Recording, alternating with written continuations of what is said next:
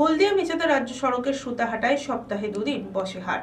ক্রেতা বিক্রেতাদের ভিড়ে তৈরি হয় যানজট। স্কুল, কলেজ, কারখানার নিত্যযাত্রীরা যাতায়াত করে এই রাস্তায়। যানজটের সমস্যায় নিত্যযাত্রীরা হাটটিকে যাতে অন্য কোথাও স্থানান্তরিত করা যায় সেই পরিকল্পনায় নিচ্ছেন গ্রাম পঞ্চায়েত। হলদিয়া মেচেদা গুরুত্বপূর্ণ রাজ্য সড়কের দুপাশে বসে হাট, আর এই হাটের জন্য সপ্তাহে দুদিন সৃষ্টি হয় যানজটের সমস্যায় পড়ে নিত্যযাত্রীরা।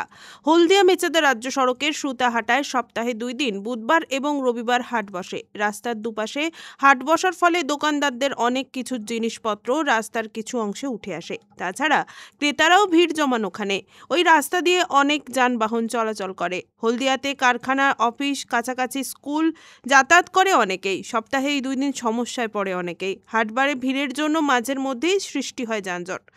নীলু মাইতি এক অটোক চালক জানিয়েছেন, হাটের জন্য ভিড় হয় প্রচুর, গাড়িতে যাত্রী তুলতে কিংবা নামাতে সমস্যা হয়। তাছাড়া সৃষ্টি হয় যানজট। বাস চালক নিতাই সান্দকি জানান, লোকাল বাস চালান, সপ্তাহে 2 দিন এই এলাকা দিয়ে যেতে খুবই সমস্যা হয়। বাজারটা অন্য কোথাও বসালে এই সমস্যাটা হতো না। নাম প্রকাশে অনিচ্ছুক এক বাসিন্দা জানিয়েছেন, সপ্তাহে এই 2 দিন বড় হাট হয়, কেনাকাটা করতে আসতে হয়। তবে যা পরিস্থিতি, বিপদ যে কোনো দিন ঘটতে পারে। প্রশাসনের কাছে দাবি থাকবে এর যাতে সুরাহা হয়। হাটে আসা এক দোকানদার জানিয়েছেন, দীর্ঘদিন ধরে আসছেন এই হাটে। এই যানবাহনের সংখ্যা এখন বেড়েই চলেছে। কিছুটা সমস্যা তো বটেই। অন্য কোথাও যদি হাট স্থানান্তরিত করা যায়, তারা সেখানেই দোকান নিয়ে যাবেন। সুতাহাটা পঞ্চায়েত সমিতির সভাপতি অশোক কুমার মিশ্র জানিয়েছেন, খুব পুরনো এই হাট, বেশ কয়েকটি গ্রামের মানুষ এই হাটে আসেন। তবে সমস্যার বিষয়টি তাদের মাথায় রয়েছে। একটা পরিকল্পনা হচ্ছে পঞ্চায়েত সমিতির কাছাকাছি যদি ব্যবস্থা করা যায় হাটটাকে নিয়ে যাওয়ার, যাতে দোকানদার সহ এলাকার মানুষ উপকৃত হয়। তাছাড়া পুলিশ প্রশাসন এবং সিভিক দিয়ে যান নিয়ন্ত্রণ করে এখন একটু হলেও সুরাহা হয়েছে। হলদিয়ায় দুর্ঘটনা প্রায়শই ঘটে। ব্ল্যাক জোন হিসেবে ঘোষণা করেছিলেন মুখ্যমন্ত্রী মমতা বন্দ্যোপাধ্যায়। সেই এলাকায় যাতে যানজট মুক্ত করা যায় তার চেষ্টায় প্রশাসনিক কর্তা।